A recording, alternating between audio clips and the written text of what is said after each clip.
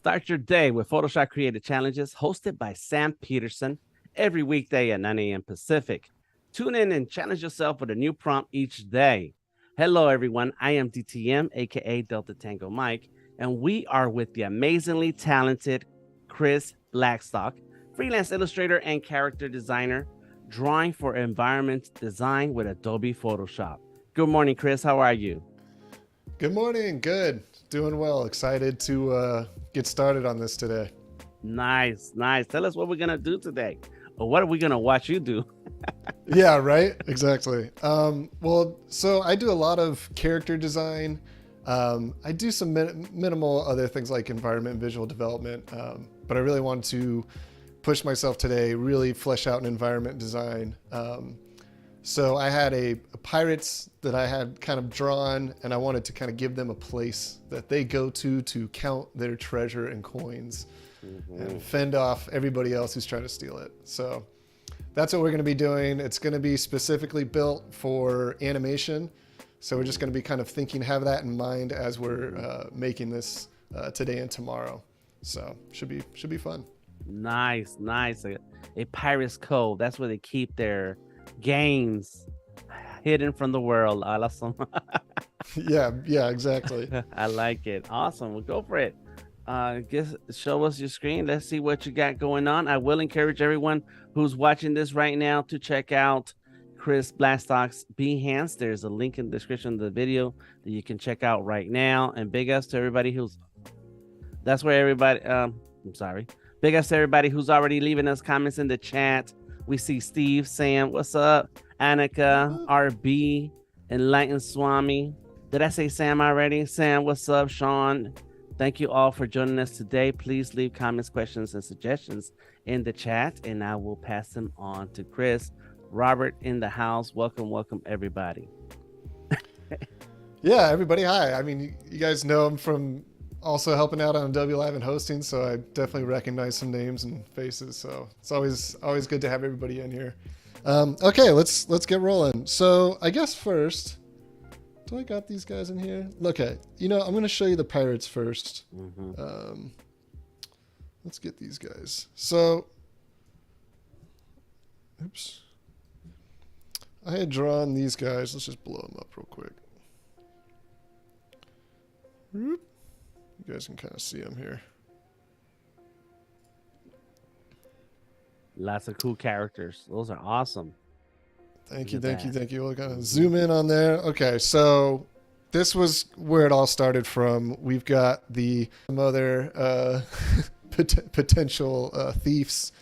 So she's the captain of the ship. I got a little shark bite there, so she's had some close calls. Then we've got our big burly cook. Got these nice big round shapes. Definitely got a little hook, one of the shark hooks, right? One of those big shark hooks they use for fishing as one of his hands. Other hand, he's cooking a fish head. He's got some accoutrements, some condiments, some fresh vegetables there hanging on his belt.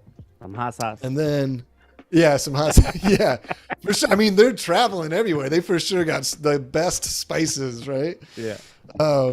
And then over here we've got the drunk, the guy with the parrot. Occasionally fires off his little musket too many times there. So he's drinking the poison, having fun. So this is where it started. This is kind of where I was like, you know what? It'd be really fun to see kind of where they hid out in between adventures and partied, I guess. So, okay, so there's that. And let's see. So initially, I had... Oh, did I blow? Okay. So initially, I had kind of started with this sketch. And I wanted this idea of there would be this island and this sea monster kind of bit this ship in half. But in doing that, had died as well and kind of had rotted away on this bluff in the middle of the ocean. So I liked it. I was like, okay, I want to push that a little bit more. And so kind of started to flesh it out here. But there's a few things that I didn't really like yet. You know, let me see if I can. As Chris is describing this, thank you for the questions. Enlightened, this is a sketch. I think this is all in Photoshop. So art. Everything's in Photoshop. Yes. Thank you for the questions. I appreciate it. And Steve says he is an awesome artist. So yes, I agree, Steve. Oh, thanks, Steve. So I wanted an entryway, so I don't have an entryway yet. So that needs to be fixed. This shape just doesn't feel big enough yet.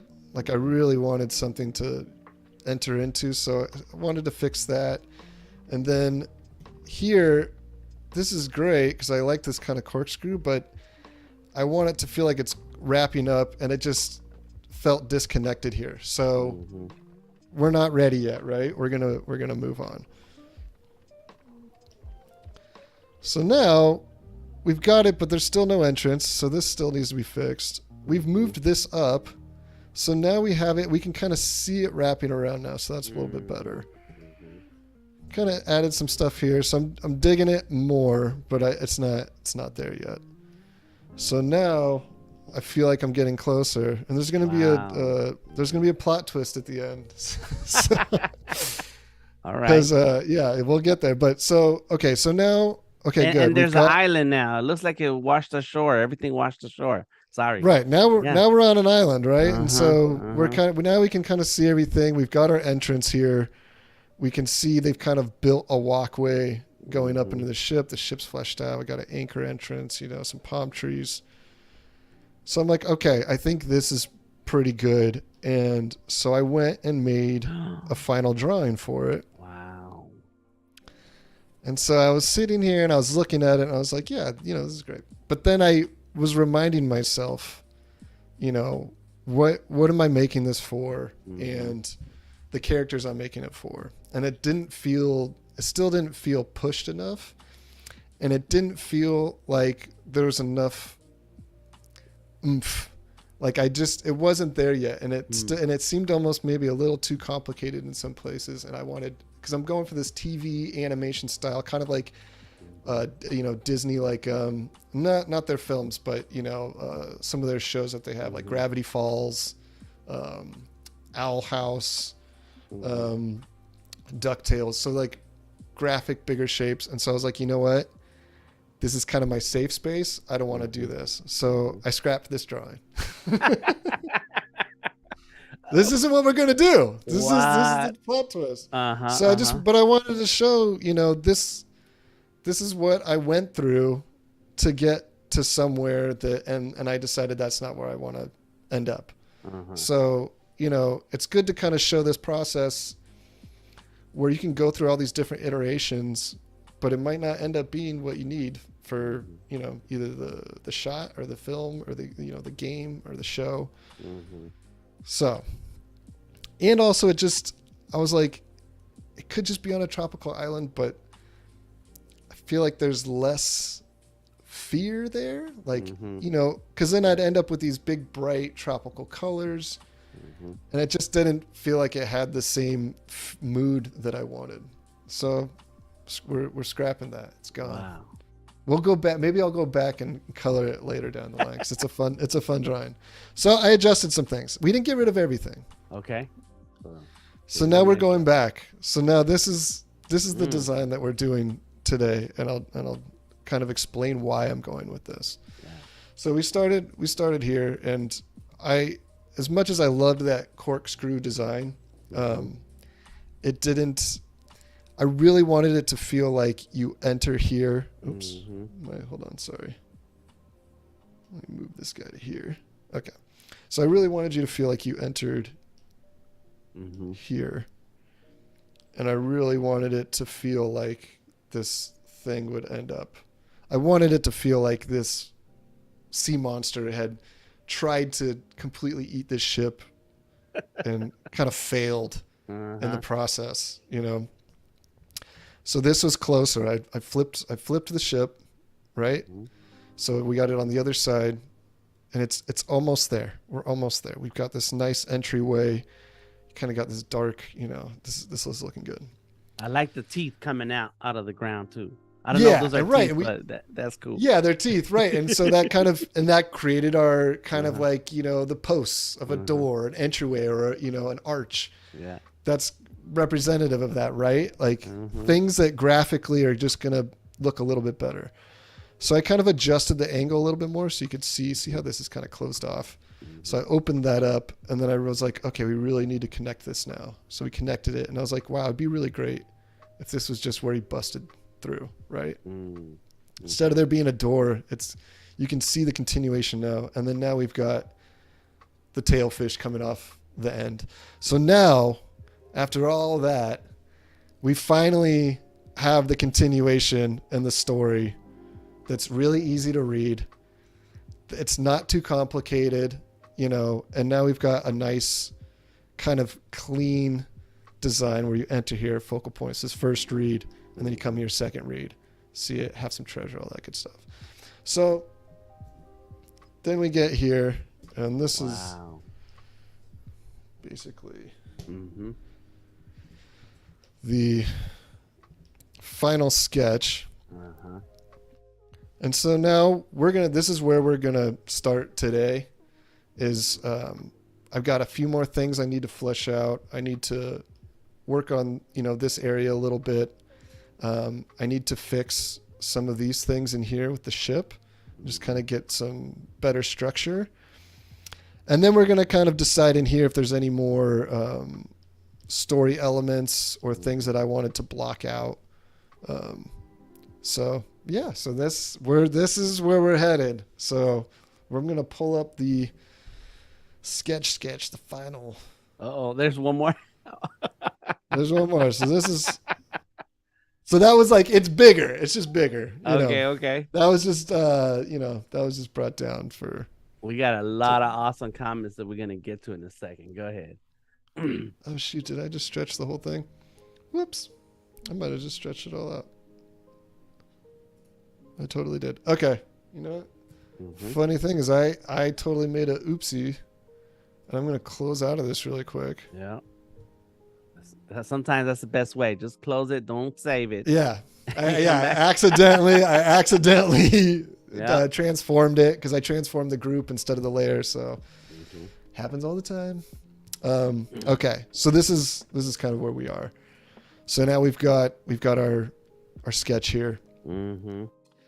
And I'd kind of made some notes going into this, kind of things that I want to do to get this sketch completely finalized, so I can start inking it.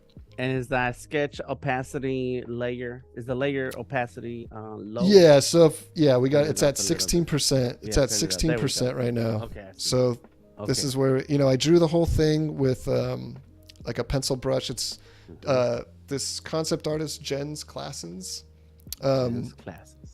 Really cool concept artist, character designer. I think he worked on Borderlands, some other stuff.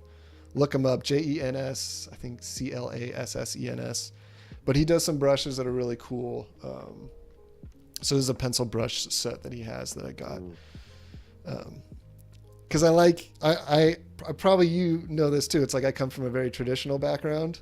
Like I was always drawing pencil to paper. So I like when I have those sketches to kind of keep that feel like I'm still doing that, So. Gotcha. This is awesome.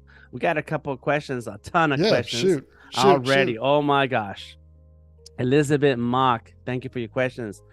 Is asking, do you normally sketch with multiple colors initially? Because we saw that you had like different sketches. Is it easier for you to separate different planes of field? Yeah.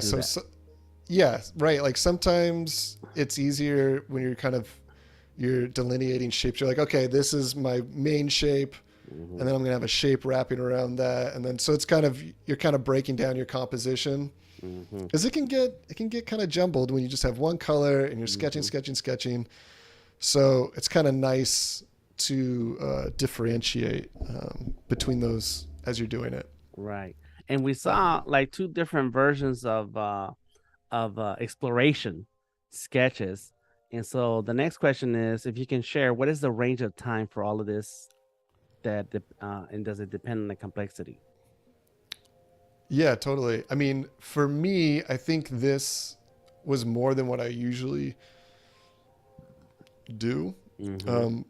But I don't do environments as much, and Mm-hmm. so this was a lot more challenging for me. So I kind of gave myself some more time to Mm-hmm. really think about what I'm making. If this was character design or some other illustration where maybe the environment isn't as featured, Mm-hmm. um, it depends. Sometimes you get the design you want, Mm-hmm. the first try, or you get somewhere close to that. Right. Um, but working, in games or film or animation, almost I probably 100% of the time they're never gonna take the first iteration. Like you Right. always have to go back, clean Mm-hmm. up, change, alter, Mm-hmm. because it's not just what you want, right? You're talking about multiple people, if not 30, Mm-hmm. 40 people, whoever, but there's lots of people looking at this, making decisions. Mm-hmm. So I've been trying more and more to try to art direct myself. Mm-hmm. If I was looking at this objectively from what we need done for the film or the story or the animation, and then try to go look, be like, instead of it being like, oh, that's a cool design, be like, well, how does it serve the project? Mm-hmm. So, Mm-hmm. and I think when I was doing that first design, there was a lot of things that I liked that looked cool. Mm-hmm. And then I was trying to make the story work around those cool designs instead of, okay, I need to retool this and it needs to be story first. Mm-hmm. And then how do I design it to Mm-hmm. make that story work? So so it all depends. Right. Sometimes, I mean, this definitely took a few days for me to just kind of get all this stuff together. Uh-huh. But yeah, sometimes it's hard with time to tell because I also have two kids and I'm doing other things. And so, sometimes I'm here from 8 at night till 1 in the morning, and then that's my chunk of time. And then I got Mm-hmm. to, so yeah, it just all depends really on what the needs are of the project, how hard you want to push yourself. Mm-hmm. Um, but What? usually stuff like, oh, sorry, go ahead. No, go ahead. Go ahead.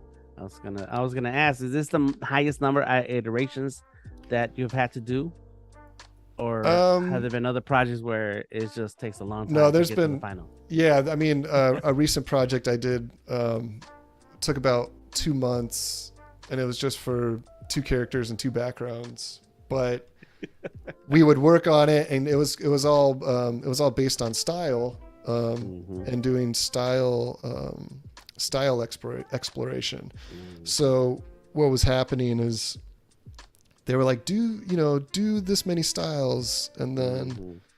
we'll come back and kind of come back around and look at it.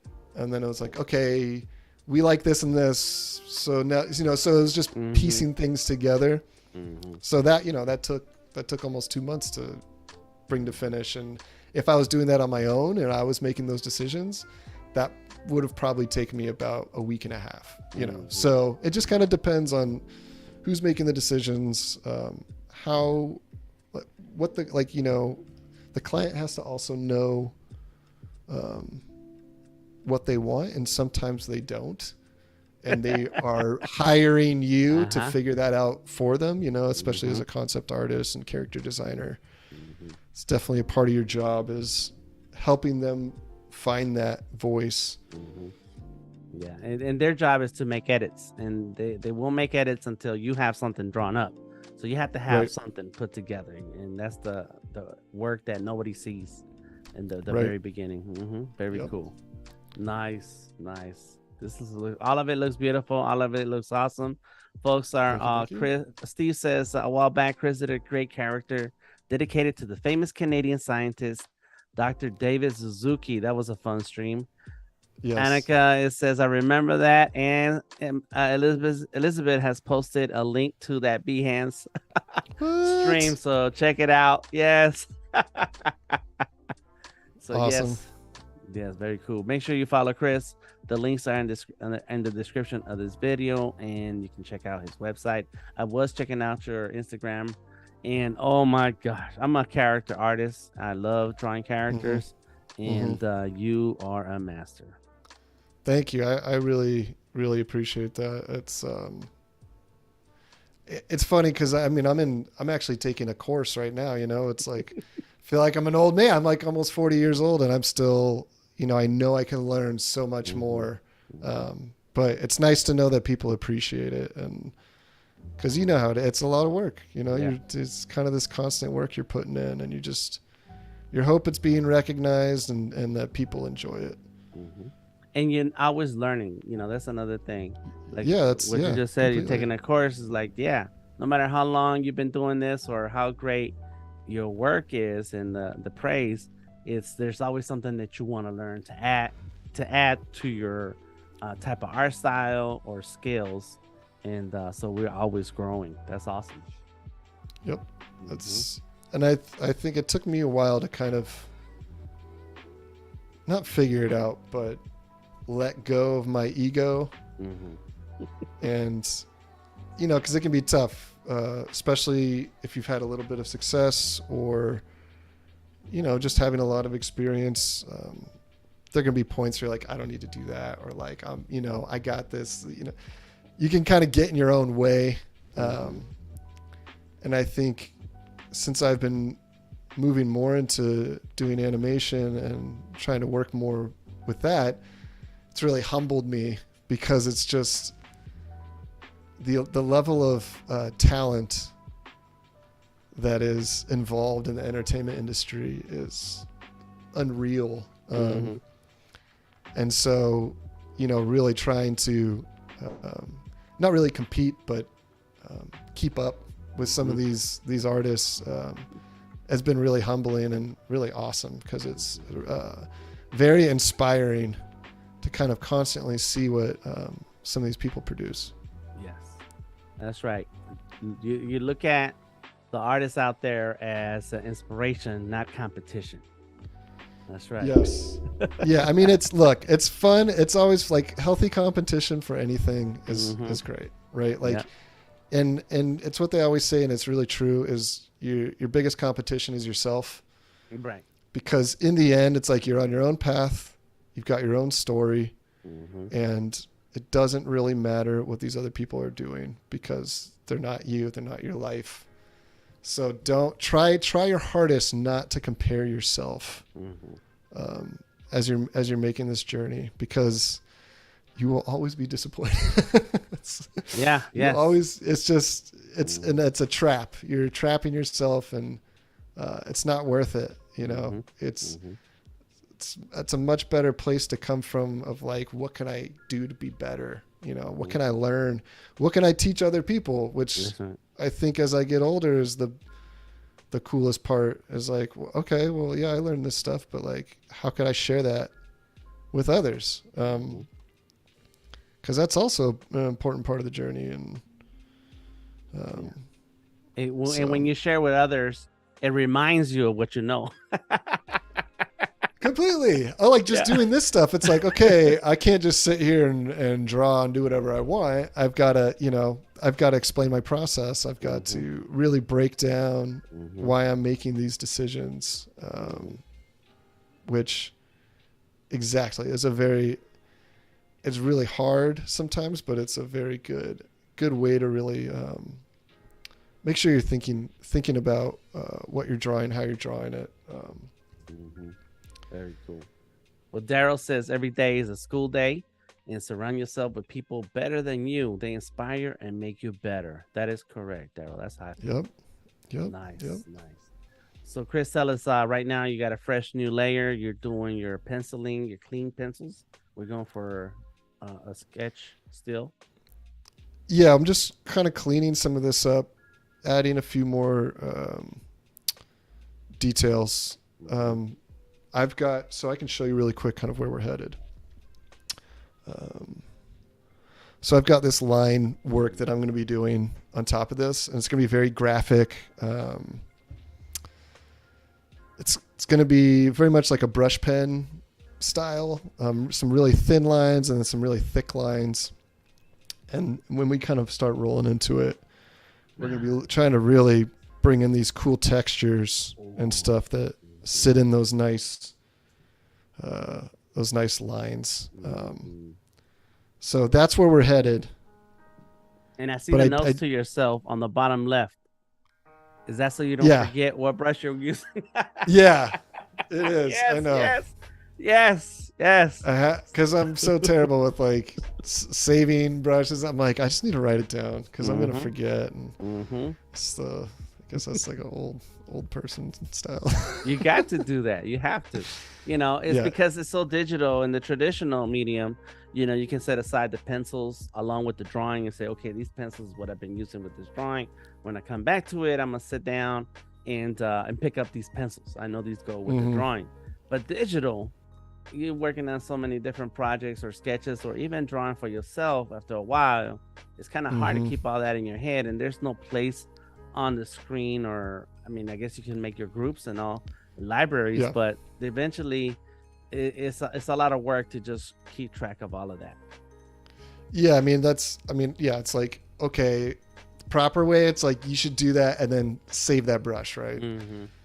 Keep that brush and make, but at a certain point, that kind of stuff can just kind of get in the way of the process. Or so if there's an easier way to do it, or a way that's a little more comfortable, as long as it's helping you out and helping getting that drawing done faster, or having quick references, definitely go that way.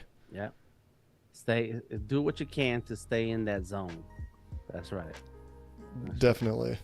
Elizabeth says the brush is hidden behind your cameras. Yes, Elizabeth, you didn't get to see it. Everybody else didn't get to see it. I saw it because I get a different shot of the screen that was on the bottom left. That was some awesome. Oh. Yeah, there you go. It's right there. There you go. Look at that. Bang out. There we go. That's your Housing box. Oh, beautiful. Okay. So yeah, let's just and we're not going to spend too much time on this because I think some of these decisions I might be making on the fly when I'm inking, which I try to avoid that sometimes, but then for stuff like this, and I love inking, and just like I used to do with microns all the time, or Pentel the brushes, and so there is a intuitiveness when you're doing that. Like as long as you have the design there, like you feel you kind of know where everything is and how it's working. It is nice to leave a little bit there for you to kind of make some on the fly decisions. I think that can help. Yeah, don't kind of overthink it. Puts the energy. Yeah, it kind of puts the energy back into the drawing.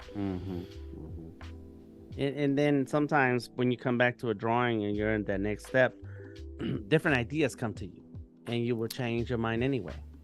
Yep. So that's awesome. Yep, exactly. And as you're sitting there sketching, I'm gonna keep talking and please. and ask you, what are you drawing on? I know you're on Photoshop, and what kind of device? So I am on a 24-inch Cintiq Pro. So yeah, it's fancy. For a long time, I was on a 13-inch, Cintiq. I was on that for 6 years, and it just got to a point where I was like, I can't. Like, it's getting carpal tunnel and like my shoulders, and I just it was killing me. So I just was like, you know what? I'm just gonna do it. And so I just kind of went for it and invested in one of these because they're not cheap. I mean, it's like $2,000, I think, to get one of these guys. So, but this is what you got to do all day, and this is what you're doing for a living. You want to be comfortable. You don't want your body to be in pain all the time. You want to be able to work faster, smarter, not harder, right? So that's right. I think those are some things that informed my decision to just go for it. Yeah, it's an investment into your career, into your art, and it's definitely something that you appreciate once you have it. Yes. Yeah, but if there's someone to invest in, yourself, make sure you invest in yourself, and it's really important. Okay. So I think the only other thing, no, that was off. Okay. So as I make this, I'm going to end up attaching this into the final layer. So just get rid of that. So I'm not going to do much. Like before, in my other drawing, I really had a lot of details. And I kind of wanted to pull a lot of that back. Especially since in animation, you expect someone else to animate certain elements and things. Yes. So you don't want to make it too complicated, right? Exactly. And so, you know, the more you can do with shape, kind of simpler shapes. And, you know, and obviously the backgrounds, it can depend, right? Like, you know, you look at Disney films or any other like anime, they've got these crazy detailed backgrounds, but they're not animating the backgrounds, right? They're doing these big pan shots. They're walking through the backgrounds. So, and I don't know if you guys, I'm sure you've noticed it, but if you watch old cartoons, you know right away what's going to be animated because it's cell shaded. It's not painted. Like, you know, it doesn't have a painterly style. It's got this flat graphic style. You're like, oh, that rock's about to fall off the cliff because it's way simpler than the rest of that background. So yeah, so that's what I was like, okay, I gotta break this down a little bit and not be so tight. And before we went live, we were talking about a comic book project you worked on. And so the basics of your process may be similar, but how the final product, those details matter a lot because like comic book doesn't move. So you can go as crazy as you want with details, but when you're animating, yeah, you definitely have to have a different mindset when it's final product. Yeah, it's so different. And you know, I'm such a detail oriented person that I'm this point of this is really pushing myself to not go that way too much, to really, even if I have some of those details in this sketch, when I go to do that line drawing, I'm going to probably pull back even more on some of those, or add some kind of simpler details in other places. So nice. You know, the sketch is always kind of, for me, it's a guide. I don't want it to be my end all be all. Because I want to make sure that I want my information there, but since I am doing a final line drawing, it doesn't all need to be finished or perfect. Okay. Big ups to everybody. Oh, I'm sorry. Go ahead. Oh no. No, go ahead. Let me jump in here. Yeah. Big ups to everybody joining us in the chat. Thank you for leaving comments. Hello, Misty. Steve says Flash was a struggle. I think there was a conversation going on about vector brushes between Steve and Roy. It's cool. And Elizabeth says, yep, classic Scooby-Doo. I remember those old cartoons. And yes, like there are parts of the background that have this amazing pastels and oil looking artwork. And it's like, yeah, that's you're not gonna see anything move there. So you can always tell the difference between the animated parts and just background parts. And Steve says the coyote sure could have used that wisdom. Yes. Thank you all for the comments. Go ahead. Yeah, going headlong into those beautifully painted backgrounds and those big graphic holes. Okay, so now if we increase the opacity, let's see, and get rid of some of that. You can kind of start to see it come out.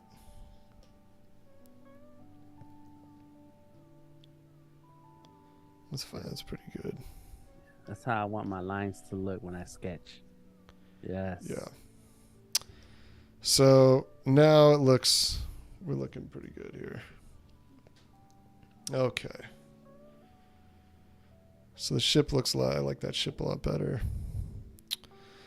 So then one of the other things, let's combine that. So now it's all in one layer. So we go. Mm-hmm. I was trying to work out this eye here. So I've got these notes. Let's see.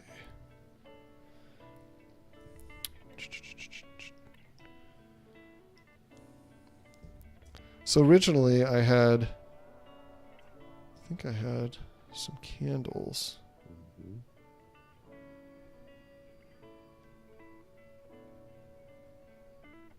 In here. I think I had some trips. Oh, okay. And that's a good spot, the eyeball, because that's where you can see, or the fish should be able to see. And yeah, exactly. So yeah, and so that's kind of where I had, and then we can just I pressed the wrong. Oh, whoops. Naming the layer instead of making the brush bigger. Okay. Oops. So let's see.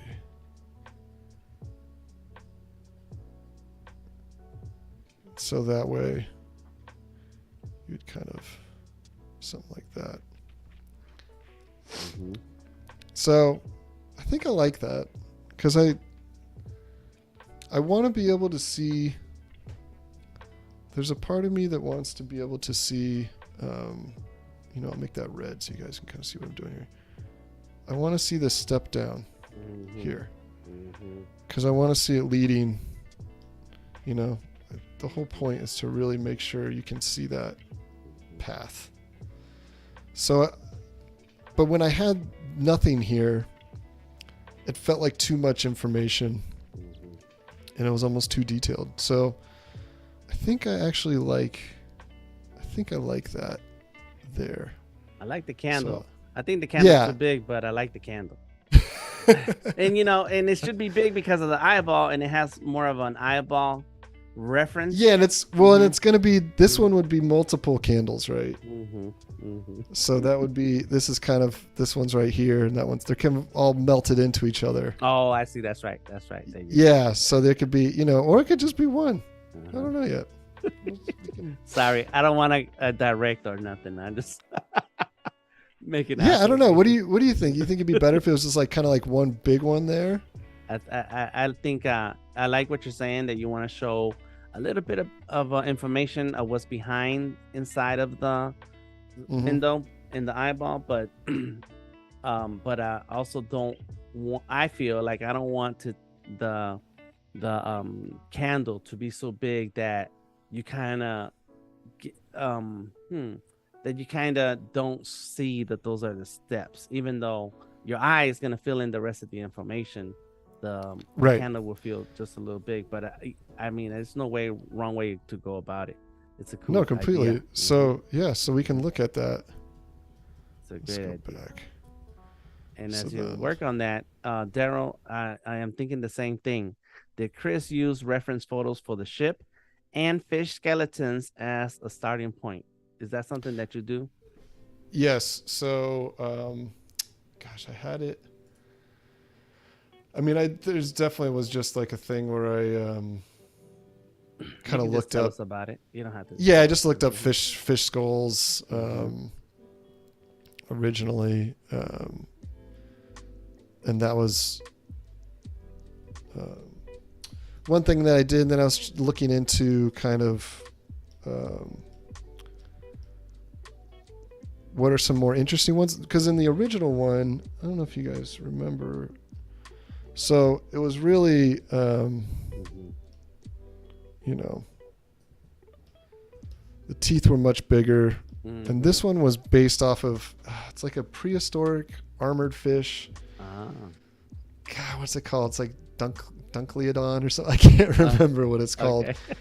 But it's really just armor plated, and it's got these giant like spiked shovel teeth, and it's so originally that's kind of what I wanted, and then I kind of pulled that back, and I was like, maybe more of a fish here, because if this was a complete skeleton, it's like you probably wouldn't have this big fish lip, right? Some of this other stuff, but design wise, it's just like it makes it more fun if I have it there. And so I kind of just was like, you know what, that'll be my decision to keep it. Creative license. Yes, this is a cartoon. Uh-huh. I'm sure there's not dudes that look like that cook either. Right. So I was like, all right, well, that'll be okay. Sam Peterson says, Dunkolosteos. Dunkolosteos. Okay. Okay, that's what it's called. That's a tough word. All right. Yeah, I was close. I said Dunkleodon or something. That's close. Dunkolosteos is an extinct genus of large armor-jawed fishes that existed during the late Devonian period, about 382 million years ago. Crazy. Ooh, scary. Oh my gosh. Oh yeah, if you see that thing, it's intense. It's like a big piranha. With like, teeth probably 30 times the size. Yes. Yeah. I'm pretty sure like the reference is them just like eating sharks, prehistoric sharks. It's like, oh dear God. So, okay, well, cool. So I think I like that advice because then here it kind of gives more space for this flame too. And so we can kind of do that. That's good. Yeah. And I like that the candle on the right. That's pretty cool too. It's it's just framed in the middle of the eyeball. That's cool. Yeah, so I think we're in a good place here. Okay, so cool. So now we've got that. We can just erase out some of this. So Roy Thomas says he finally seen the fish skeleton. Yes, all this talk about eyeballs. Yes, we were talking about a fish skull the whole time. The whole time. That's cool. Yes. Okay. Sweet. All right. And then the front, maybe I could clean this up just a little bit. Just make sure his hand is a little more legible there. I see a skull. That's cool. I love skulls. Yeah, he just kind of gave up here. He was like, you know what? I'm just going to drink, relax on this beautiful beachfront property here. Not a bad way to go. Yeah. So some of the things that I designed in here, I can kind of show you guys just a little more. I'll make a second. So I wanted to make sure that the things that I was doing were all kind of leading into the mouth. Because that's really where I want you to start this kind of journey, right? Because you're going to go in here and then we're going to follow it up to the hideout. So when I'm placing these boards, they're here. This is going up into here. This kind of fish, his little fin. This is leading over here. So you've got these going up into here. So you kind of want to think as you're designing, you want to be able to, guide the viewer's eye. So those were just a few little things that I thought helped with that action. So, and there was one thing, and I'm not sure I'm going to do it, but I'm curious what you guys think. I was thinking of adding some kind of thing here. Some kind of lantern or light in front of this entrance. And originally the idea was that it was, some kind of harpoon thing that's kind of how they got him, right? But I don't know. I'm not sure if it messes with the silhouette of it, and maybe it's just too much. I don't know. What do you guys think? What do you guys think in the chat? Should we encourage Chris to finish that harpoon lamp or keep it off and let the fish breathe in the entrance? Let the fish. Yeah. That's the thing about composition. You always have to consider different ideas and yeah, and I'm leaning slightly against it just because of this shape here. Even though it does have this cool kind of like anglerfish aspect to it, but I wonder if I had that, would I have to, get rid of this. And it also creates another light source. So That was the big thing. It was like, do we want kind of just these to be this light source that's kind of lighting this area up? Or did we want a big light source here? Yeah, I don't know. If like your client, show me both finished products and we'll decide. Yeah. Well, and that's the thing. So then we can do that, right? We can just go ahead and we can just duplicate my sketch. Right. And Sam, so that I have a copy. Yeah. What do you think, Sam? Sam says, I like the shape it creates. Also seems like it could create a really cool lighting scheme at night. Swinging in the wind, creating a street light effect at the entrance. And the swinging, I agree. Yep. I agree with the swinging. All right. But do you think I should keep should maybe I push the horns back a little bit? I don't know. I really like those horns too. I know. I'm trying to think if this feels, maybe it's okay. I don't know. I'm going to mess with this really quick. There you go. That's right. Bang. Gotta love digital. You can just yeah, right. Make a selection, move it around. Yes. If this was an ink sketch, you have to start the drawing all over. Yep. Okay. So now that if we have that a little push back, let's see. I think that could work. What do you think? Let's see. Anybody else has opinions? Leave it in the chat. Let us know what you're thinking. Do you agree or disagree? And Roy says agreed. Okay. All right, so we'll go ahead and have that there. Maybe. Let's see. Now, do we like it? Lamp. That's right. So there goes that vote. Yeah. Let's keep it behind the lip. Okay. So now let's figure out. We got to figure this out now. New challenge. Okay, so that's there. All right.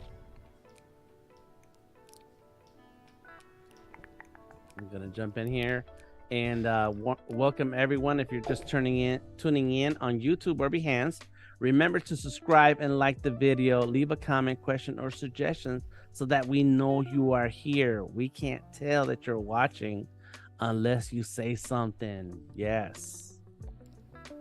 And of course, Adobe Live replays are always available when we are offline, and we have replays on both YouTube and Behance. Make sure you subscribe so you don't miss out on the creative goodness. Okay. So cool. We're going to go for this.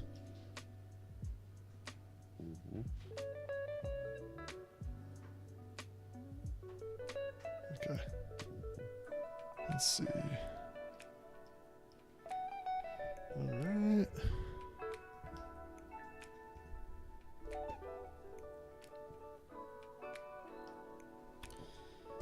Okay, I'm gonna pull up an old harpoon here. Pretty much know what they look like, but it's always good to have some quick reference. I'm all about references. You must, if it's possible, find a reference. Yeah, it's good to have.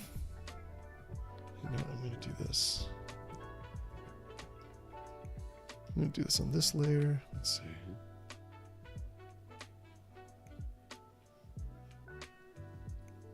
Clever, and it says, I love the lamp. Very cool. So far, everybody has agreed to the lamp. Okay, good. Nice. Yeah. It's there. So at this point, you just have to agree. I'm sorry. It's not coming out. What's up, Wade? What's up, Pool Kid? How you doing? Welcome to the stream. Yes. If you're just joining us, freelance illustrator and character designer Chris Blackstock is exploring environmental designs and why it's just as important as the characters. It's amazing to watch him work. Okay. Oops. That was the wrong direction.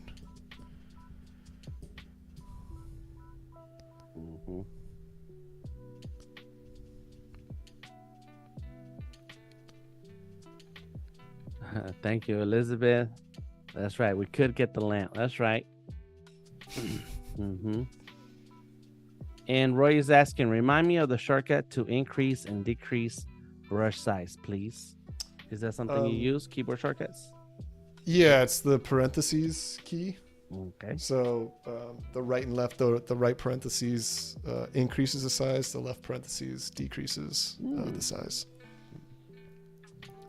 So that's one that I use. I know there's other ways to do it. I also have one of these, which I need to be using more of. But on if you're using a Cintiq, you could buy one separately. I think it works with all Cintiqs, but it's kind of like a hotkey pad. But yeah, it's definitely, if you guys are drawing a lot, painting a lot on the computer, definitely try to understand your hotkeys. Which ones you like. Customize them. Everybody works a little different, so nice. But it's definitely good to know. It speeds up the process just a little bit. Thank you, Annika. She's shared what the keystrokes look like right there in the chat, so check it out. There you go. Let's see.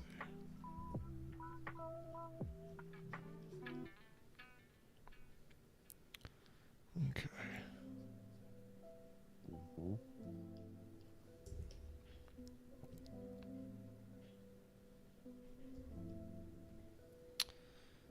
All right. So this is kind of tied on to that.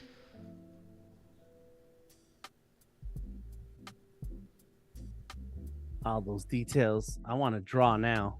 I don't know about you guys. But if you feel the creativity, you need to draw. Because right now I feel like doing my own little pirate code. Like, yes, with a big fish. Let's see, how can we do this? And I remember the Predator movie, Aliens versus Predators. They had these big whale skeletons in the part of the environment, and that was amazing. Whale skeletons are just awe-inducing. I mean, they're so cool. Yeah, have you seen the new one? Yes, the new I Predator. Saw it. Was it good? I'm a fan. Anyways, they could have just had a Predator sitting down on the couch reading a newspaper. Yeah, like, I'll watch it. Yeah, I'll watch that. I'll watch it.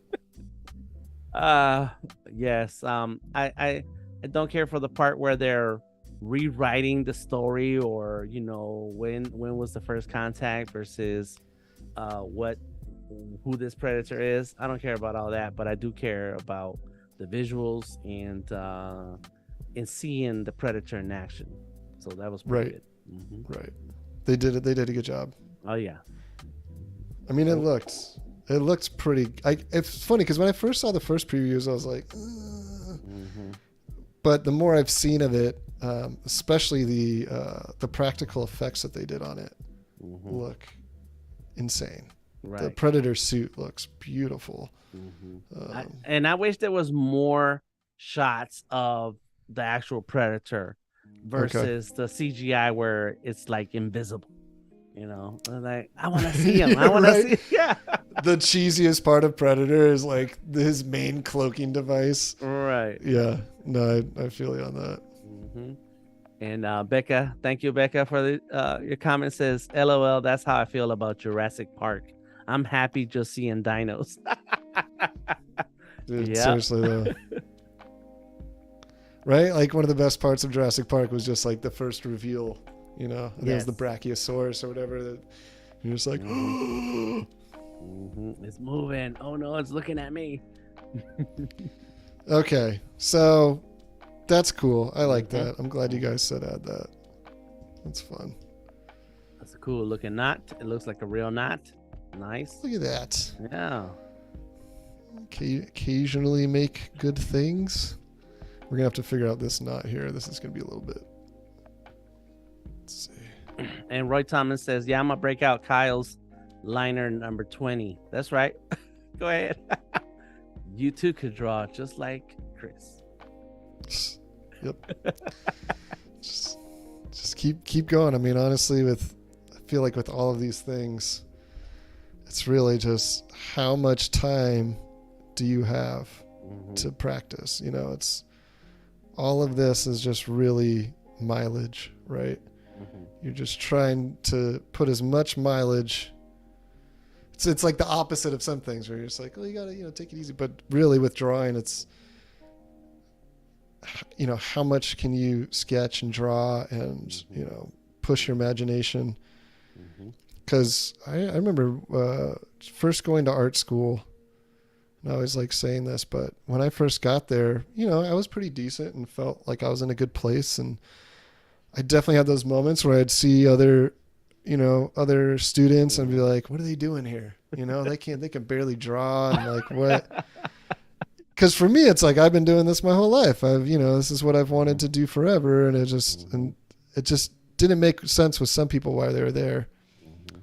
And 4 years later, those same people that, I nose up, kind of like I'm better, are crushing it because they worked harder, longer. They were persistent.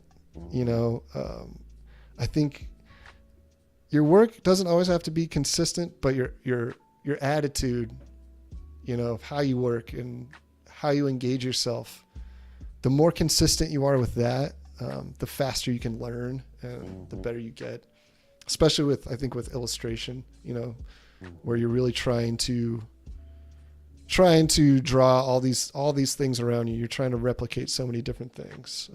There's so much reference work you have to do, right? And so much studying. And so, yeah, just put in the time, and the skills will come. That's right. Put in the time, and you can grow up to be like Chris. Yeah. Okay, so I think that looks pretty cool. Okay, so now we've got this really cool anglerfish thing going on. All right. So I'm going to get rid of that little flame just because I'll add that later. We're going to do it in post. Right. It's be animated. Yeah, going to do it in post. Add those glares. Okay, so can bring those in. Okay. So I'm not going to worry about all this, difference in line thickness, whatever. Because again, this is just kind of placeholder stuff for me. All right. So now I feel like we're in a pretty good place where I can show you guys how I'm going to lay in my ink, my darks, my kind of my liner brush stroke. So we're going to reduce this down. Actually, no, real quick, I'm just going to save it. And while Chris is saving, RB is asking, what brush do you use? And I think Roy just mentioned it a second ago, but we'll let Chris answer the question. What brush are you using? So for this, I'll show you guys. So it says Jen's pencil taper. Actually, it's Jen's pencil brush. I saved the taper version because that's how I like it. But it's Jen's Classens, I believe, Jens, and his last name I think is Classens.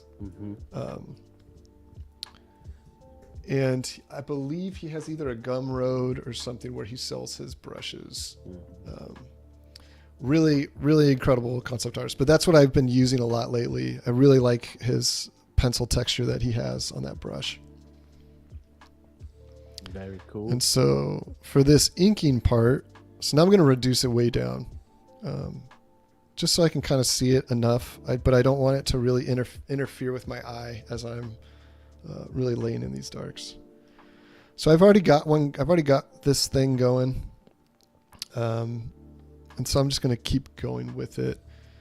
Just going to make sure it's black. And then if I go to my brushes, I saved it in here somewhere, didn't I? Yeah. So it's just Kyle's ink box. There might be more to that. I don't know. It's in the ink brushes, even though I know there's a million of them. It's, I can kind of show you really quick. You can kind of see the brush itself. It's always kind of cool to see the brush. You know, so it's kind of got this textured. And we're going to go ahead and, why isn't that black? Let's see, flow, make sure that flows up.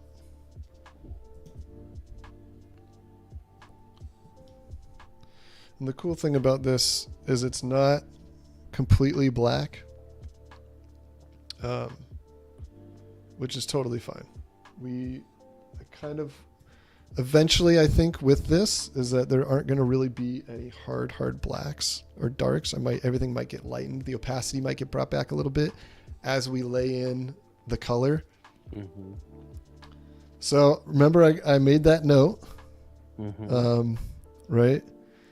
So now I've got it 20 point, 100%, and then I had it at 69% flow. Okay. So something around there. It doesn't have 70%. It's fine. Okay. So I want to make sure it's 20. And the reason why I really want to make sure that is how I'm working is so when I go to do these lines, I want to make sure that my pressure is the same as I do it. So if I have it at 40, all of a sudden I'm getting this really big. I might be able to get these thinner lines, but it's not feeling uniform with what I've already put down. So I want to avoid that. Yeah, that's why we do that. You don't want to have consistency in your line weight, so that's good. Yeah. Make notes to yourself. So I'm just gonna go in. And yes, Jen's classing the strings on Behance sometimes, says Becca, so that'll be something cool to find. Okay, cool. I didn't know that. That's actually really awesome. And then Steve says, okay, now ask for the what button to click to become a more awesome drawer. And come on, Adobe, figure it out. Yeah, where is it? And I think Steve says, I think it's under preferences and then awesomeize. Yeah. There we go. You guys figured it out.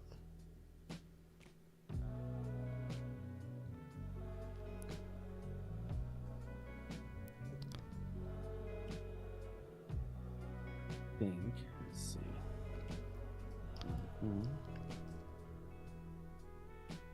Yeah, I'm gonna start looking for some more brushes, even though, of course, remember that Adobe provides you with a ton of Photoshop brushes, and created by the amazing Kyle T. Webster, and those are free to download, so check those out. Make sure you stay up to date on the updates. And there was some fresh new update on brushes for Fresco and Photoshop recently.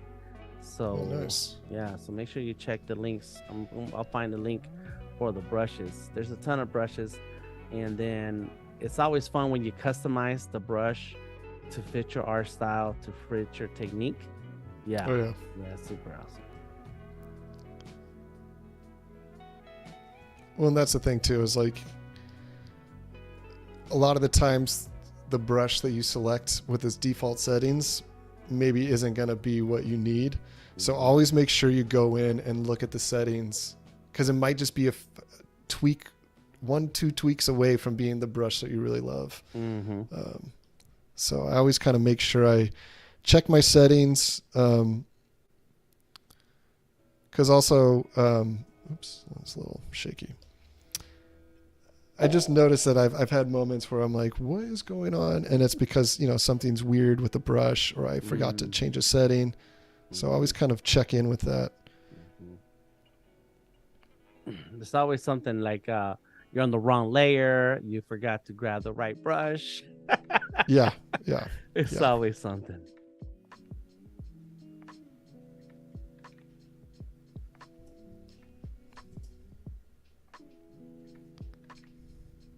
The summer 2022 brushes are here, and you can download them. I'm gonna find a clean link right now. I found a link, but it's very messy, so if somebody has a link, go ahead and leave it in the chat. And look at that, that's beautiful.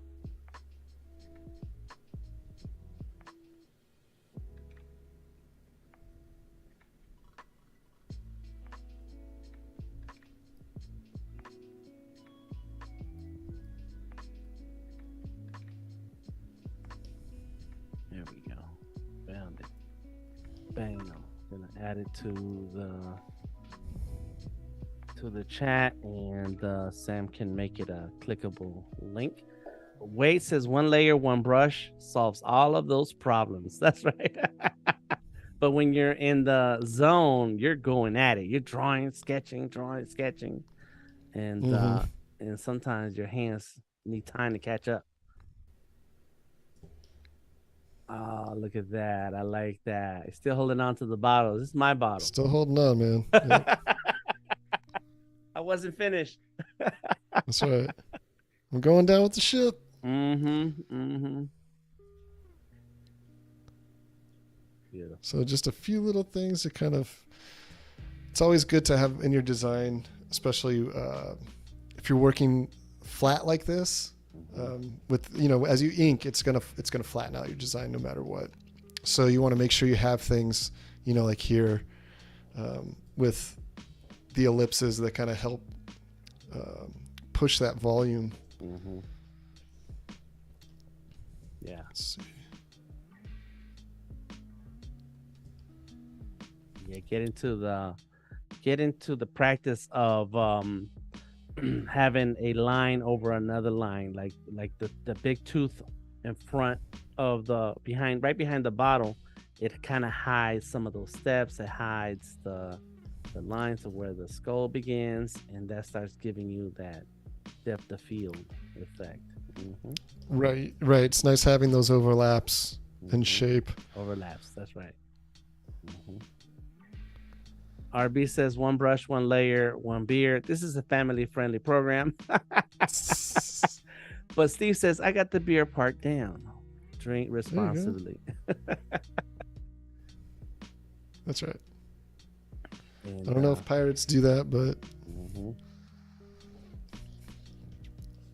that's why they're pirates. They can make another run when they're ready. You know?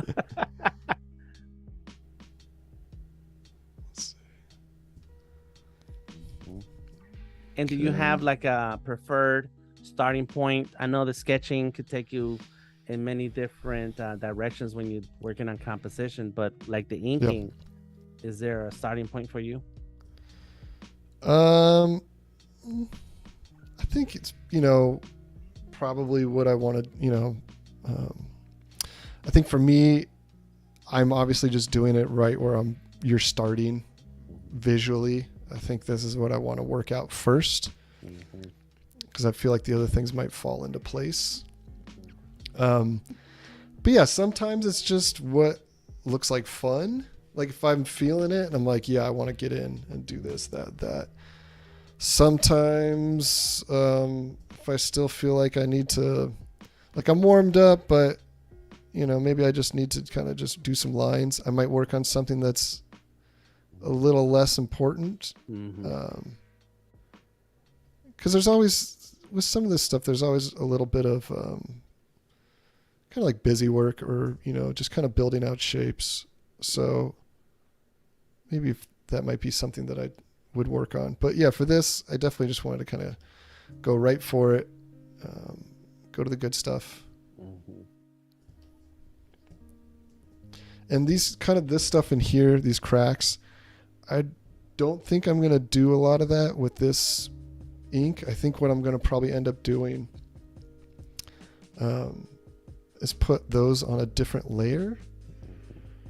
And so when I go to lay down my color, I'm going to probably have the color pushing through. So instead of it being a black, it's going to probably be on a multiply layer and kind of absorb some of the colors from underneath. So it's not as harsh, because what happens, you know, if I'm going everywhere and I'm doing lines here and I've got all these cracks and everything, like if I start doing that everywhere, it's going to get really busy.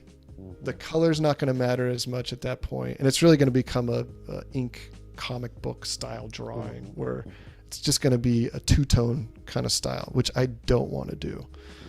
I really want it to feel, you know, when you get it, you're kind of getting these big colors, and there's space for, you know, here's a great example. You really want space for these textures to breathe.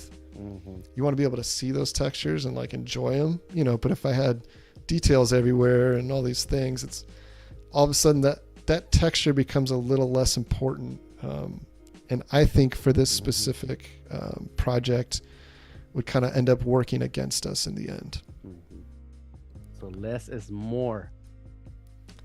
In this particular one, yes. I think if you look at the concept art for like how they design Iron Man's suit, it's like everything in the kitchen sink. They're like, what if his arm broke apart into like a coffee cup and then his foot flew off and filled itself up with coffee and then it's insane. So yeah, but for this, especially because it's animation, and I think keeping that theme of that's what we're kind of working this towards, is we also want to make sure that this doesn't outshine our characters as well. So having those big places of color and those big shapes are going to help the characters stand out as well. Nice. Now make sure everybody stays tuned for the Illustrator Creative Challenge with Claddy from Print My Soul. Immediately following, join video content creator Alex Hogue as he walks you through his video editing workflow for action and adventure content. And this is where I'm going to ask, I'm going to ask David now. Chris, sorry. I don't know where David came from. But Chris, are you going to draw different elements and different layers so that you can also animate some of those pieces? Oh, God. That's a great idea.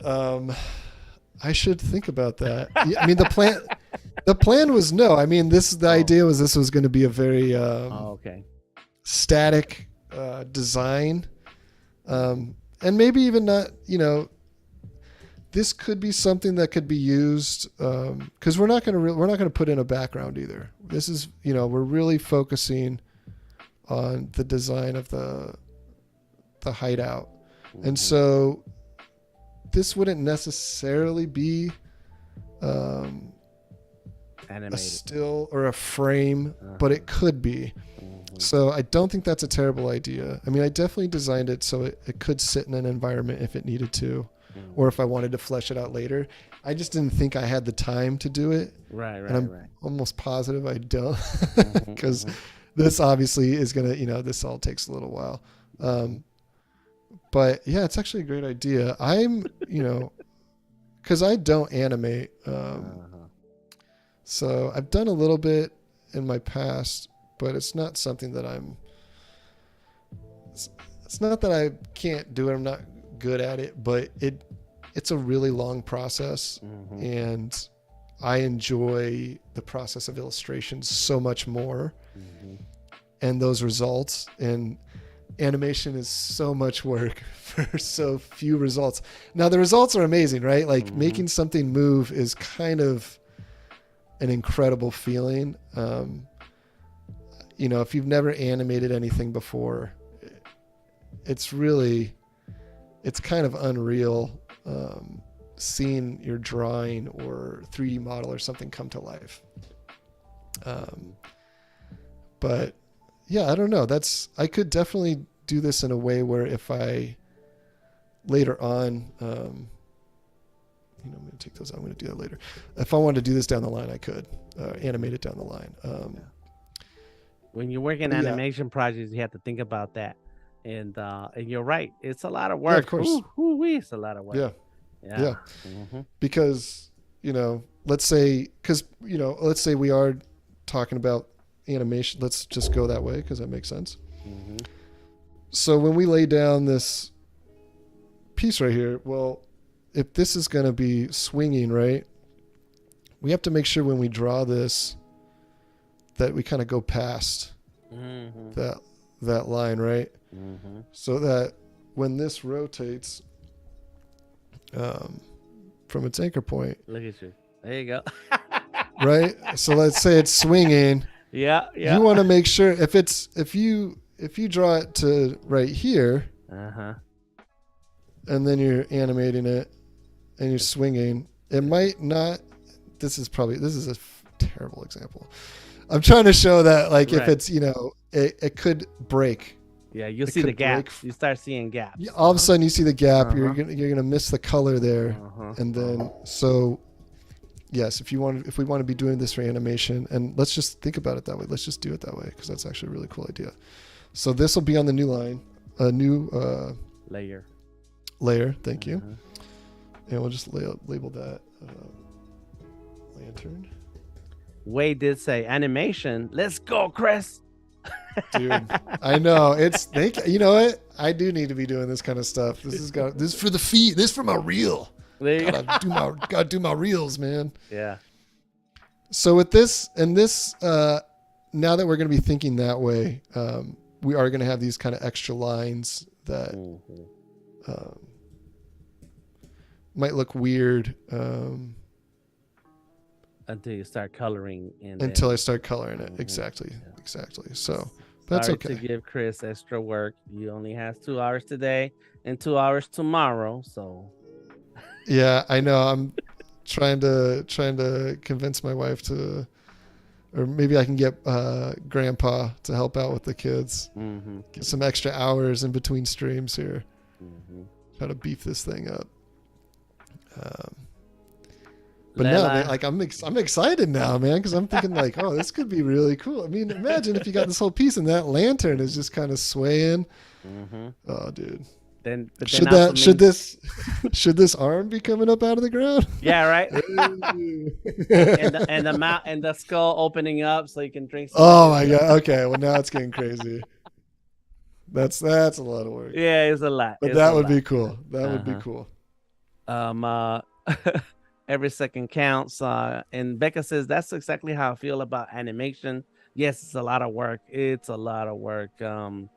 And I've dabbled and I've worked in animation projects, but I work as an illustrator. Like I do the drawings and let somebody else animate it, but you still have to consider the work that the animator is going to do so that you leave enough elements of the drawing for the animator to come in. And this is exactly what I was thinking earlier too, with the light moving. Wade says lights flickering, all the shadows changing. Yeah, you're gonna give the animator a lot of work to do. Yeah, we're not doing any of that, Wade. Nope. Steve says fog, spooky music. All right, guys. Yeah, sure. I'm gonna be there with my violin. Just... Oh. And Layla Limpo is asking, what canvas size and resolution do you usually start with? Gosh, I feel like that changes for me all the time. But recently I've been doing everything in 11:17 format. You could work, especially since it is for animation, you could kind of have a framework for, like a 1080p setup. Or look up like how they're going to be filmed or how it's going to be formatted, so that you could at least frame your work as you're designing it. You can kind of see what the framework looks like. For me, this is for this class I've been in recently. We've been designing with 11:17, so I just was like, I'm going to run with that, and so I've been doing that. That's been nice. Yeah, you draw in bigger and higher resolution that is going to be required so that they can always size it down. Right. What's going on? Oh, that's so funny. There we go. Okay. So now we've got that lantern. So you're right. So now when we go to animate it, there you go. Right? Just gonna have that little and even it's amazing, right? Because even something like that can change your whole piece, right? So that's cool. All right, let's keep going. And since we are kind of breaking it down, I think it's a good idea that I think what I'm gonna do is from here. I'm going to kind of keep this all as one layer. And then we're going to build right where these stairs are right here. we're behind that candle. I'm going to put that on a different layer back there. Okay. I don't usually do that, but I kind of feel like because we were kind of talking about this animation and breaking layers up, it also might just be easier for me to make corrections later down the line. Okay, so I'll just do front area. Really cool name for that. And name your layers. Keep track. Yes. And then you also see some kind of like gooey cobweb stuff. I'm going to add that later. That's going to be done with color. So that's not going to have line work. And that'll kind of create a really cool effect for us in the end. Let's see.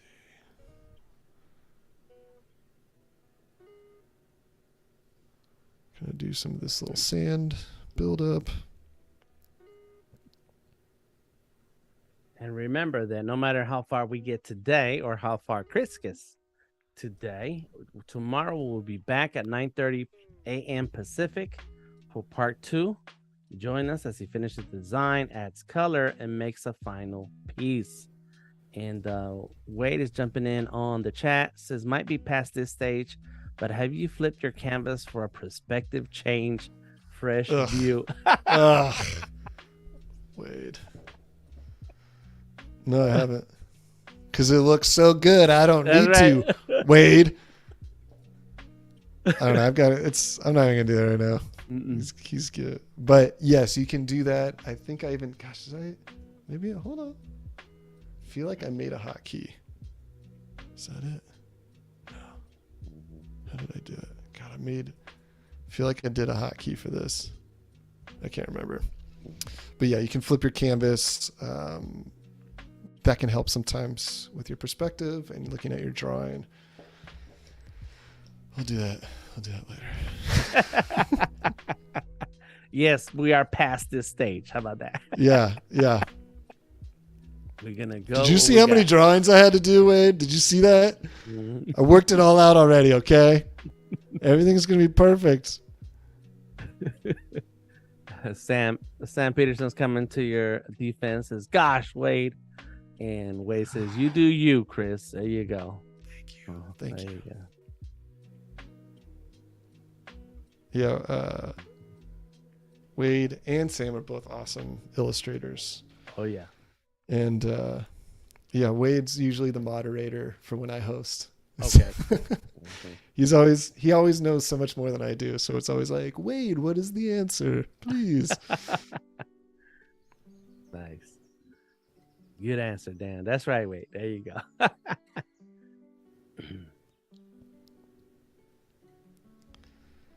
So kind of coming in here, doing some cool fun shapes. Oops. And too, I know people have talked about this on previous streams, but it is good to have. I don't usually work with smoothing on, but sometimes there's certain brushes, or let's say you don't have the best surface you're working on, or you can't get the lines that you're wanting that you can get. You can turn the smoothing on up here. There's just a slider. I usually never go past 20 if I do turn it on. But it is a little different because it does kind of drag behind your cursor a little bit. Like it's almost feels like a vector, like you're pulling it. But it can help a lot, especially like, if you're getting shaky lines or if you're just not feeling it that day. It's definitely a good tool to use when needed. Yeah, I like to have full control on my line work. Yeah. So I keep it off or very minimal. Yeah, I don't use it very often, but I know it's good to know for some people, or if you're just doing like really, you got to do some really graphic work, really clean work, but you either don't have the time or you just kind of want to, push through some of that, it can be it's a nice helper tool. Yeah, I work a lot in Illustrator, so when you're using the pen tool, you're gonna get that perfect line. You know? There you go. Yeah, that's what I mean. It feels like it feels like a vector brush when you Mm-hmm. start adding that smoothing. Yeah. But if you're working in vectors, it's like you're good to go already. Yeah. Sometimes it's too perfect, so you do want that organic look to your line work. But yeah, play Yep. around with the settings and find what works for you for your art style. Mm-hmm.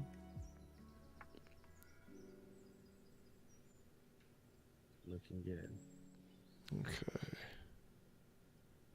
We still got another 30 minutes to go, Okay. so moving right along. Looking so good here.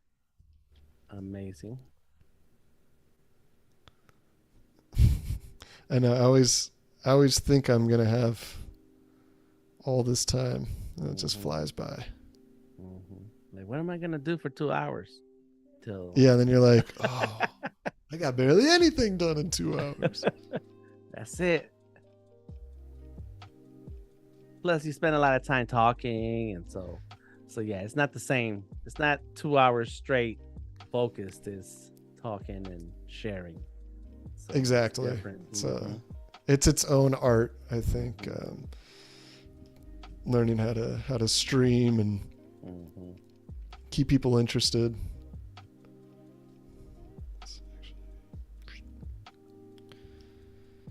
Okay.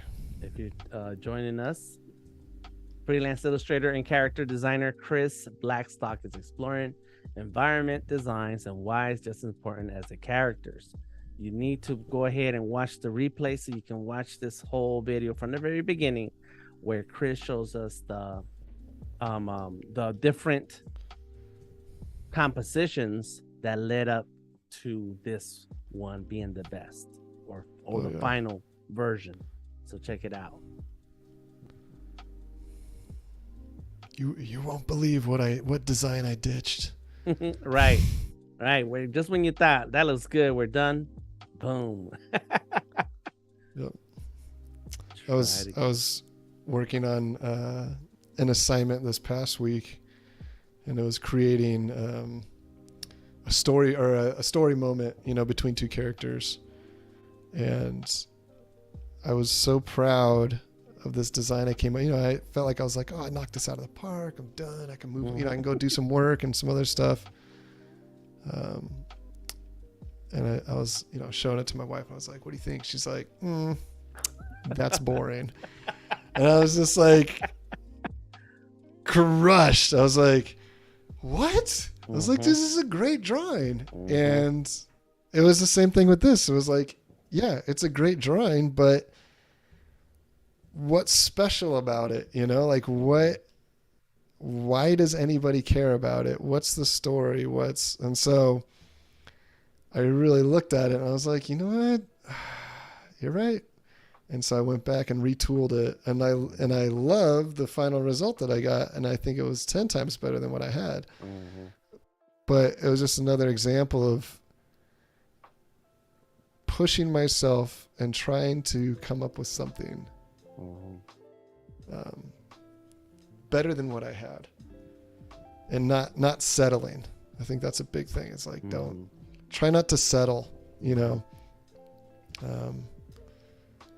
because it's easy to settle in to habits that you have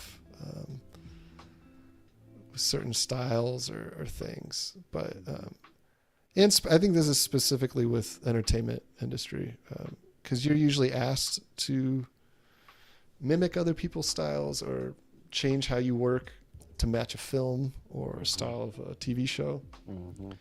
So kind of early on, being able to stop yourself from having to do a lot of work later on because you decided that you didn't want to change that cool drawing. Once you get better at that, and it's going to help you a lot in the long run. And I think that goes back to what you mentioned earlier, ego. Sometimes because we're working as a team, we're working with other people. This is not just your drawing for yourself. It is a a team effort and there are other people involved that you have to consider. Mm-hmm. You know? So don't feel like there's an attack on you. Yeah. Oh, I mean, there's been plenty of times, and I think that is something that you have to learn as a professional. And I think I would love to say it's something that for people starting out, it's a lot harder, but there are plenty of professional artists that have an extremely hard time taking criticism. But you should definitely take it in stride and always be open to other people's ideas. Even if you don't agree with them, I think it's just important to kind of allowing yourself to explore other things. It's just a good habit. And I think one of the big things with working professionally, and what a lot of people look for when hiring, is when you interview or when you start working, maybe do tests, or your personality, how you interact with them. How quickly do you work? What's your interactions online, email, on Zoom? Those things all have an impact on who's going to hire you and work with you. So always be kind. Always think ahead, think forward, don't think back. Don't take things to heart. People are just trying to make good art together, and sometimes it's going to hurt your feelings, but most of the time it is unintentional. You can I'm sure people, you can run into bad clients or, whatever, but for the most part, people just are trying to make good art. And, so whatever you can do to help get there, I think is really important. And you mentioned your wife as one of your art commentators Yes. in your work. And I have that same situation with my wife sometimes, and she'll look at it and last thing you do better, and like, dang, I gotta get back on it. Yeah. Do you have any other artists, friends, mentors, colleagues that you like to bounce off some of these art designs and compositions? Yeah, I have a few people that I went to school with, because I went to the Academy of Art in San Francisco, and so I've got some people that from there I talk to a lot. Another one of my friends who I actually met down here, but she knew a bunch of our friends in San Francisco. Her name's Caitlin Kuwald. She's a really great illustrator, but we don't illustrate the same things at all, which is really, but she's just really great designer and colorist. So the things that I struggle with, she can really help me with. And I also feel like just some artists, everybody's kind of got this different viewpoint, and her stuff is, a little bit softer, a little more graphic. So it's nice to have artists that make art like you, so there's a similar subject matter that you're working on that can, help. But it's also nice to have artists and friends that are completely opposite of you, so that you really get a different take on what you're making. Kind of get a little more of an outside perspective, like a professional outside perspective. So she's been great for that. And if you guys, I think it just ended. She did a coloring book recently called Coloring in Place. And it's got a lot of cool illustrators that were involved. I was involved as well. And we just got successfully funded on Kickstarter to get this book printed, this coloring book. But yeah, you should definitely check it out. I think it's Coloring in Place or Color in Place. I can't remember. I see coloringinplace.com. Yeah, that's probably the it. Bridget Alliance. This quarter they're supporting the Bridget Alliance. No, maybe. Yeah, Yeah. that's it. So Okay. coloringinplace.com, and it's all the proceeds go to different charities each month. Yep, and Or there's your maybe name, several months. Fox There you Biker. go. $1. There we go. There you go. All Get right, it. all right. So it was started during COVID, and all these kids were stuck inside, not going to school. So her and Liesel, gosh, I feel like I'm saying her name wrong. Kind of came up with this idea of kind of producing these coloring book pages for kids, and then taking those proceeds and donating those to charities or people that were in need at the time. And then it kind of grew from there, and they decided like, oh, we should just keep this thing going. And so now there's a book coming out, which is really cool. Very nice. Very nice. Very cool drawings and illustrations. Thank you, Sam Peterson, for the clickable link to coloringplace.com. Yes. And that's it. Go. You have to have you don't have to, but it's nice to have colleagues and other artists that you can have conversations with about your drawings, your creations, your compositions, because having an outside eye look at your work and give you honest feedback will only make you stronger, will make your drawing stronger, your composition stronger, and they can see things that you don't see, because you were too close to the drawing sometimes. Yeah, no, it's so true though. I mean, you get way too close, and can completely affect the outcome of the drawing and what you're trying to achieve. So it's always good. It's good for you to get fresh eyes, step away, come back to it. But it's also great to bounce it off of somebody that you trust, Right. that's going to be honest with you. Plenty of people are like, yeah, it looks great. Right. You're like, I don't want great. I already know it's like, I want critical feedback. Like what could I improve? Yeah. I don't want great. I want, I want better than that.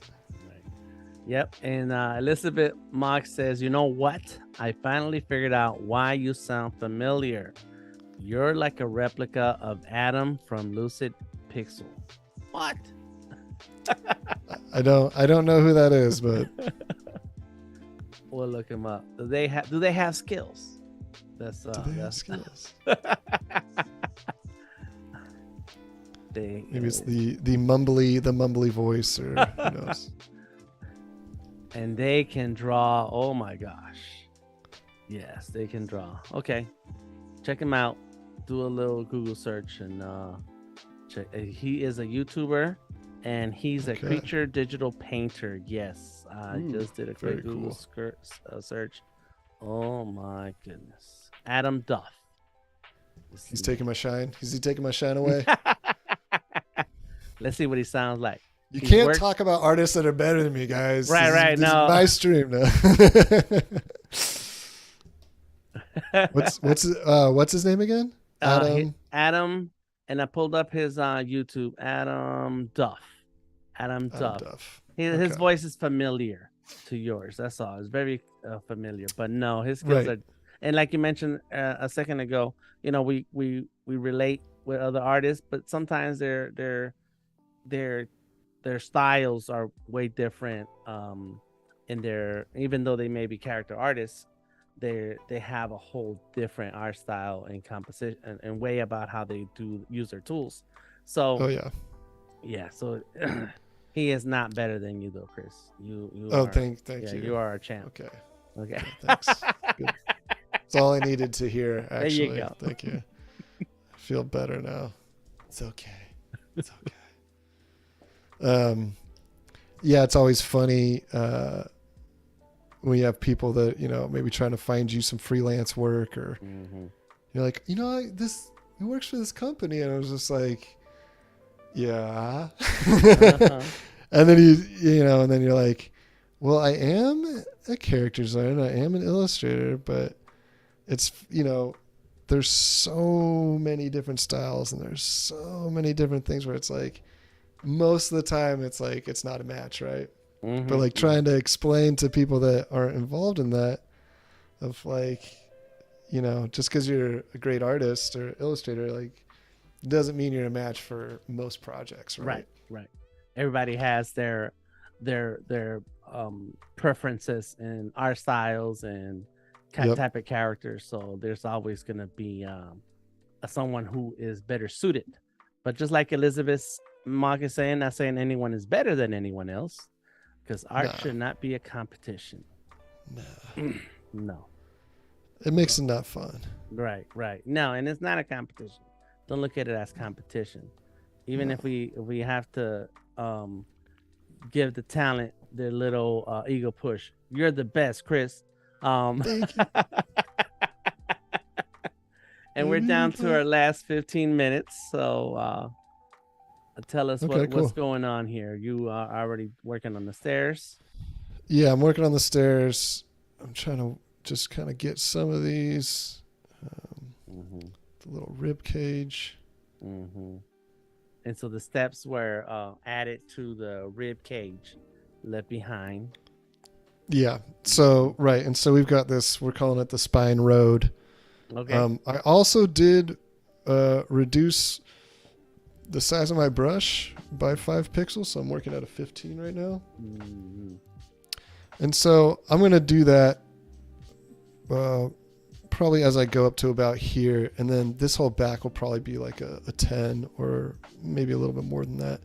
But just so that this style that I'm doing, this graphic style, it's really about line weight. And I kind of really want to have this ship and everything really pushed back. So I want all my biggest lines in the front. It's not going to be really noticeable. Like I don't want it to feel like 3 different sections, right? It needs to blend. But you know, if I do need to make these lines thicker, I can just go ahead and thicken it. But I want to start already at a smaller scale so that it's feeling pushback as I'm drawing it. And then if I can find places to blend that so it doesn't feel like there's harsh transitions at all. Right. And now that's a good idea. I never thought about that. Just change your brush size as you move.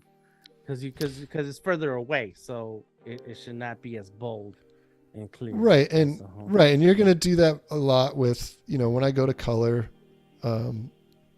that's gonna be pushed back with my color choices. You know, the temperature of the colors, and these are gonna be cooler colors back here to drop it back, and there's not gonna be as much contrast. But since I am going really heavy with kind of the graphic push on this one, I want the graphic part of that to have some of those same rules as I'm moving forward. And like I said, also is that some of this is going to be some of these lines, these cracks, all these, you know, those are going to be detailed on another layer. And then I'm going to reduce that opacity a little bit and put those on multiply layers. So I'm really just trying to find my big shapes. Because I do want it to be, by the end of this, I want it to be really legible. I don't want you to be looking at it and being like, you know, sometimes those black and white drawings can be a little bit overwhelming. Especially if you don't have big black block, like shadow blocking, which I was going to do, but I kind of decided against it, and I think I'm going to do it with color instead. I don't think I want to do it full black. Yeah, so sometimes you want the color to help bring the artwork out. Yeah,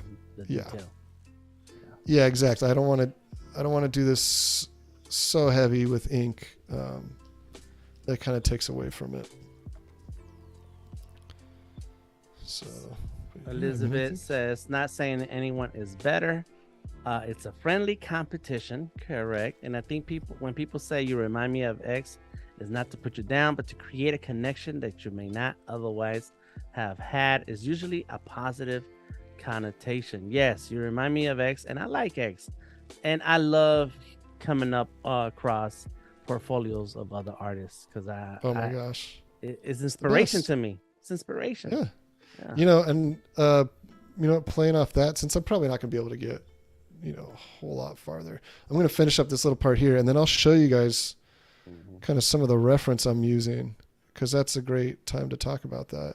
Yes. And how I was inspired to make kind of the style of this piece and what I'm using as my style guide.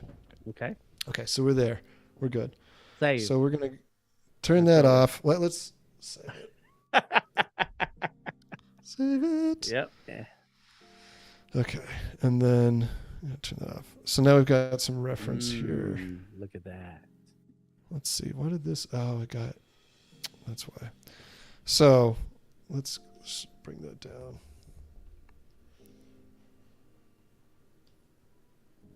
Just shrink it down there.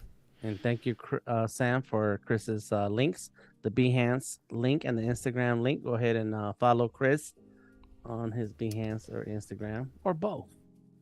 So here we've got these are from Gravity Falls, and then there's some DuckTales, the new DuckTales backgrounds. So I really, with both, there's a lot of really graphic brushstroke with a lot of really great flat kind of color. And then what I really, really liked, so here you see a lot of the line weight. So I might even go even further with what I've got now, and I might thicken up some of those. But for now, I think I'm in a good place.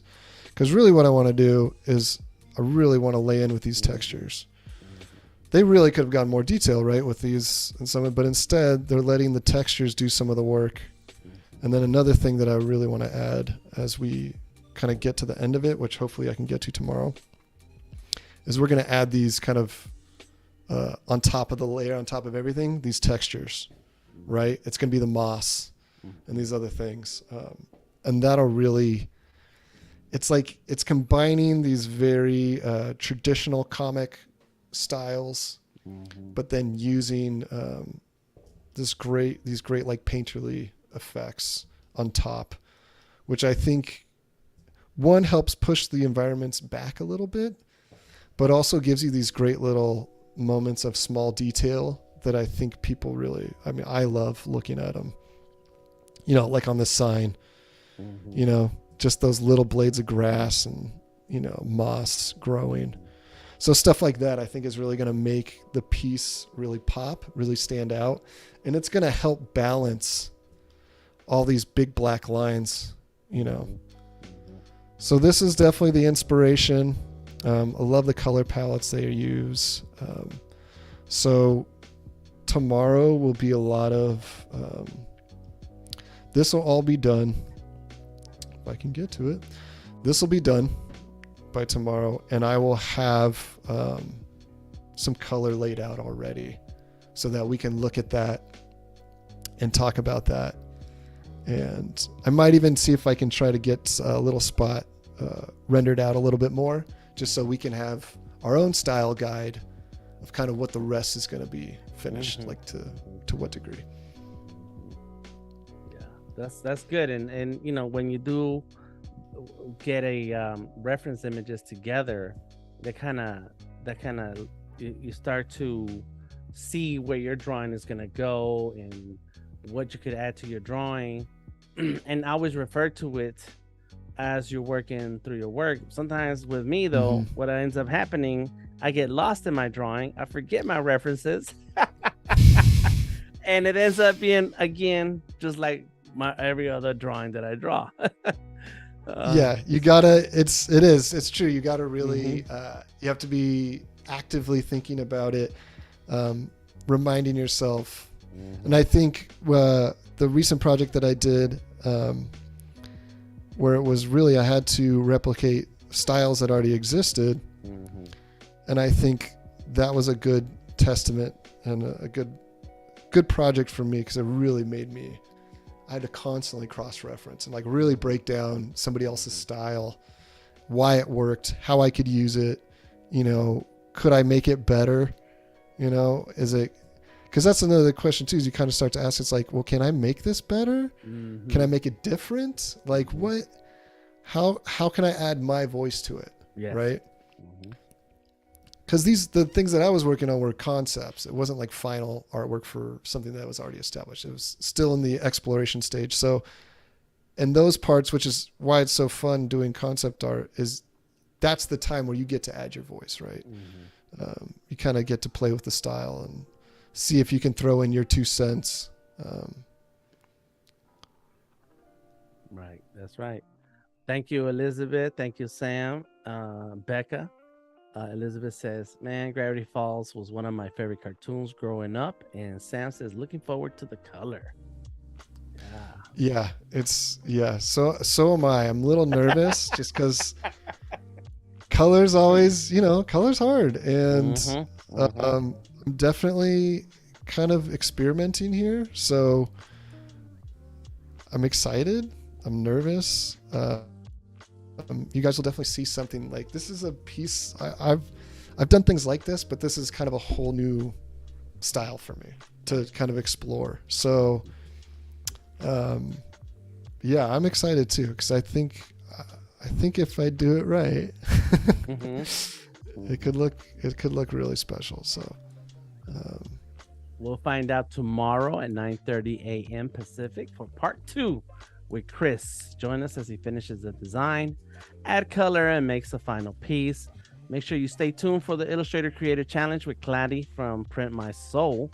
Immediately following, join video content creator Alex Hogg as he walks you through his video editing workflow for action and adventure content. That's what I need to learn a little bit more of video editing. Yeah, don't we all? Yes. All right. A few little more moments here.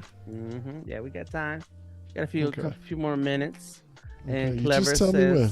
Okay, I'll tell you when. Clever says this is looking very fun. Yes, it is. I want to go hang out at that place. I want to walk those steps, look at that fish, and imagine that fish swimming. Or I don't know. I say fish. It's more like a. It's like a fish. Fish, sea monster. It's got a fish tail. Sea monster. Call it a fish. It's a big fish. It's a big fish. And and just hang out in the breeze. I did spend a few days at the beach this past weekend. Oh man, nice. so I can hear the ocean in the background looking at this. What beach? I am in Atlanta, Georgia. So Atlanta, okay. Yeah, so there's a few hours from here is the coast. You can get to the Atlantic, and there's along the coast in South Carolina and Georgia is a lot of islands. And nice. So there's a couple of very tourist-like spaces you can go to hang out. And Hilton Head is the name of the island I was in. Sounds nice. Yeah. We're gonna take a trip to California eventually, real soon, and hang out in Long Beach. That's usually a spot too. Yep. Long Beach is dope. Yeah, I'm down here in Monrovia, which is the foothills of LA County, right next to Pasadena. So okay. Yeah, I get out to Long Beach occasionally, and I think it's easier to get to Santa Monica from where you are, or I guess both. No, for me, Long Beach is easy. Is it? Okay. Santa Monica is crazy because I'm on the northeast side, so I can take the 210 to the 605, and it takes me straight there. Okay. If I gotta go to Santa Monica, I gotta take the 210 to the 110, maybe take the 510. Yeah, it's crazy. Yeah, across the city. Yeah, that's not good. Yeah, if you have to cross over downtown LA or anywhere near it, it can be a nightmare. Sam Peterson says I'm in Long Beach. Sam Peterson is in Long Beach. We need to go hang out at Sam Peterson's house and play with all your drawing materials. Well, we hang out at the beach. Yeah, at the beach. I'll bring my 24-inch Cintiq. There you go. That's right. Bring a little generator. I'm ready, guys. Yeah, big battery. That's all. Yeah. I'm ready. I want to remind everybody that Adobe Live replays are available when we're offline, and we have replays both on YouTube and Behance. So make sure you subscribe so you don't miss out on creative goodness. And Misty says, I live near you, Chris. I'm in Highland Park. Oh, nice. Okay. Yeah. Nice. Yeah, my brother used to live in Highland Park. Actually, my sister did too. Until my brother lives in Alaska now. My sister lives in San Diego. But look at that. Yeah, I love Highland Park. Nice. It's a great spot. Elizabeth says, I'm over in Michigan. Sam, bring your whole desk. We'll find an outlet. That's right. We'll plug into the city. We'll plug into the city. Thank you very much, everybody, for joining us today. Make sure you're back tomorrow at 9:30 Pacific for part 2 with Chris as he finishes the design, adds color, and makes a final piece. I am DTM. Follow me on any of your platforms, Delta Tango Mike. And make sure you check out the links for Chris here on Behance and Instagram. Thank you so much. Thank you, Sam. Thank you, Wade, for the chat. And everyone else who left a comment. You guys are awesome. Appreciate you. All right. Thanks, guys.